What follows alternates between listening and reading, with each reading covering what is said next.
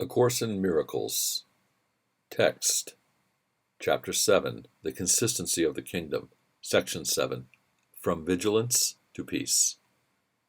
Although you can love the sonship only as one, you can perceive it as fragmented. It is impossible, however, for you to see something in part of it that you will not attribute to all of it. That is why attack is never discrete and why attack must be relinquished entirely. If it is not relinquished entirely, it is not relinquished at all. Fear and love are equally reciprocal.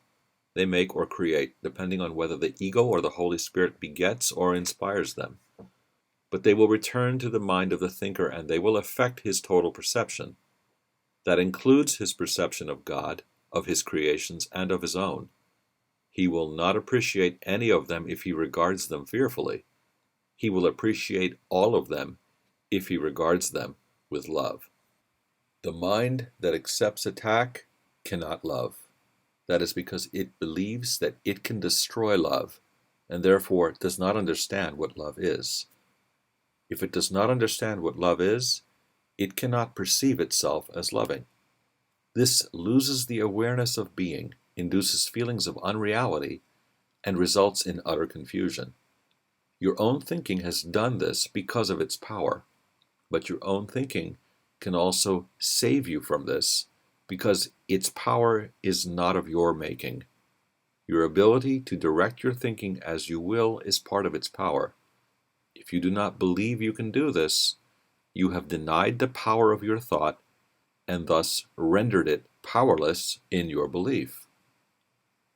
The ingeniousness of the ego to preserve itself is enormous, but it stems from the power of the mind which the ego denies. This means that the ego attacks what is preserving it, and this must be a source of extreme anxiety. That is why the ego never knows what it is doing. It is perfectly logical, but clearly insane. The ego draws upon the one source which is totally inimical to its existence for its existence. Fearful of perceiving the power of this source, it is forced to depreciate it. This threatens its own existence, a state which it finds intolerable. Remaining logical, but still insane, the ego resolves this completely insane dilemma in a completely insane way. It does not perceive its existence as threatened by projecting the threat onto you and perceiving your being as non-existent. This ensures its continuance if you side with it by guaranteeing that you will not know your own safety. The ego cannot afford to know anything. Knowledge is total, and the ego does not believe in totality. This unbelief is its origin, and while the ego does not love you, it is faithful to its own antecedents, begetting as it was begotten. Mind always reproduces as it was produced. Produced by fear, the ego reproduces fear. This is its allegiance, and this allegiance makes it treacherous to love, because you are love. Love is your power, which the ego must deny. It must also deny everything which this power gives you, because it gives you everything. No one who has everything wants the ego. Its own maker, then, does not want it. Rejection is therefore the only decision which the ego could possibly encounter if the mind which made it knew itself. And if it recognized any part of the sonship, it would know itself. The ego, therefore, opposes all appreciation, all recognition, all sane perception, and all knowledge. It perceives their threat as total, because it senses the fact that all commitments the mind makes are total. Forced, therefore, to detach itself from you, who are mind, it is willing to attach itself to anything else.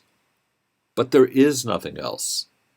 It does not follow that the mind cannot make illusions, but it does follow that if it makes illusions, it will believe in them, because that is how it made them.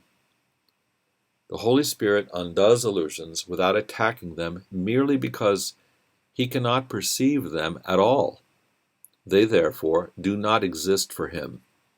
He resolves the apparent conflict which they engender by perceiving conflict as meaningless. We said before that the Holy Spirit perceives the conflict exactly as it is, and it is meaningless.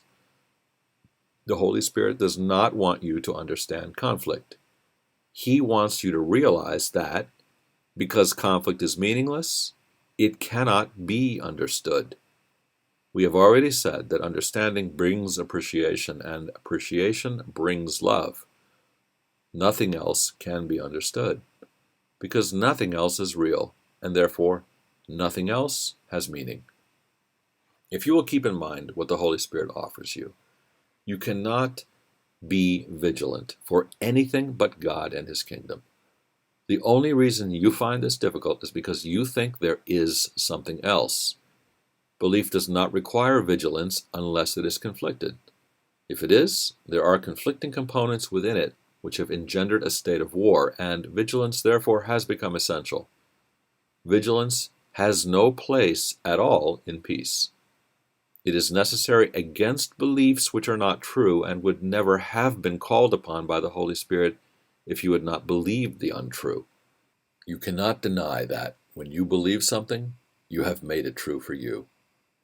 When you believe what God does not know, your thought seems to contradict His, and this makes it appear as if you are attacking Him. We have repeatedly emphasized that the ego does believe it can attack God and tries to persuade you that you have done this. If the mind cannot attack, the ego proceeds perfectly logically to the position that you cannot be mind. By not seeing you as you are, it can see itself as it wants to be. Aware of its weakness, the ego wants your allegiance, but not as you really are. The ego therefore wants to engage your mind in its own delusional system, because otherwise the light of your understanding would dispel it. The ego wants no part of truth, because the truth is that the ego is not true. If truth is total, the untrue cannot exist. Commitment to either must be total, since they cannot coexist in your minds without splitting them. If they cannot coexist in peace, and if you want peace, you must give up the idea of conflict entirely and for all time. This requires vigilance only as long as you do not recognize what is true.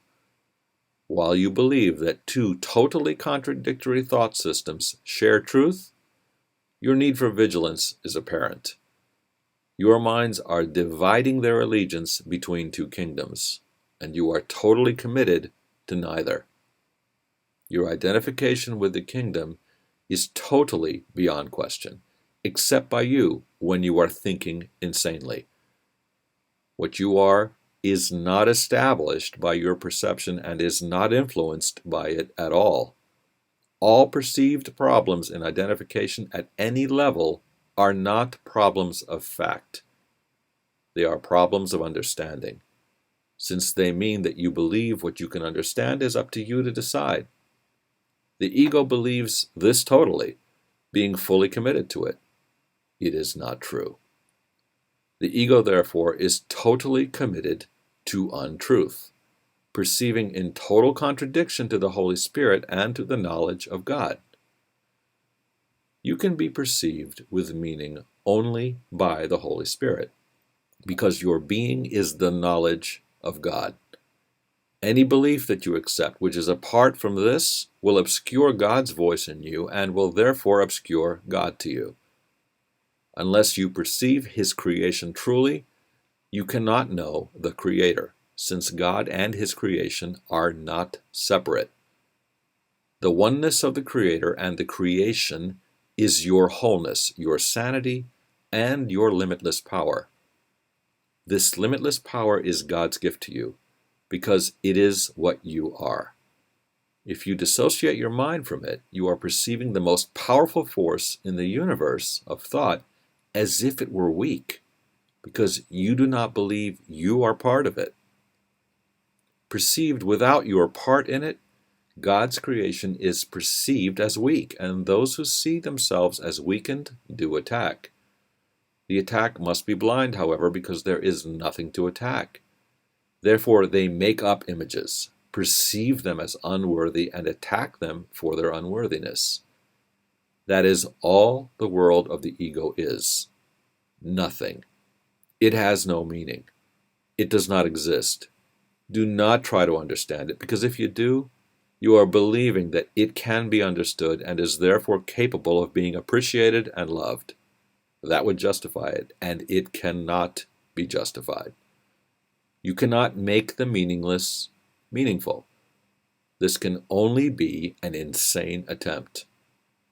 Allowing insanity to enter your minds means that you have not judged sanity as wholly desirable. If you want something else, you will make something else, but because it is something else, it will attack your thought system and divide your allegiance. You cannot create in this divided state, and you must be vigilant against this divided state, because only peace can be extended.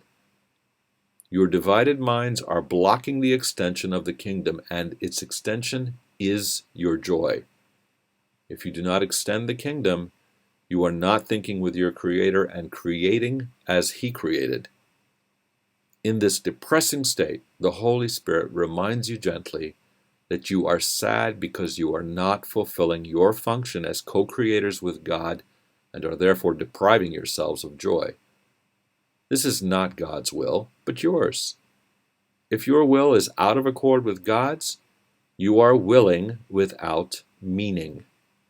Yet because God's will is unchangeable, no real conflict of will is possible. This is the Holy Spirit's perfectly consistent teaching. Creation, not separation, is your will because it is God's, and nothing that opposes this means anything at all. Being a perfect accomplishment, the sonship can only accomplish perfectly, extending the joy in which it was created and identifying itself with both its Creator and its creations, knowing they are one.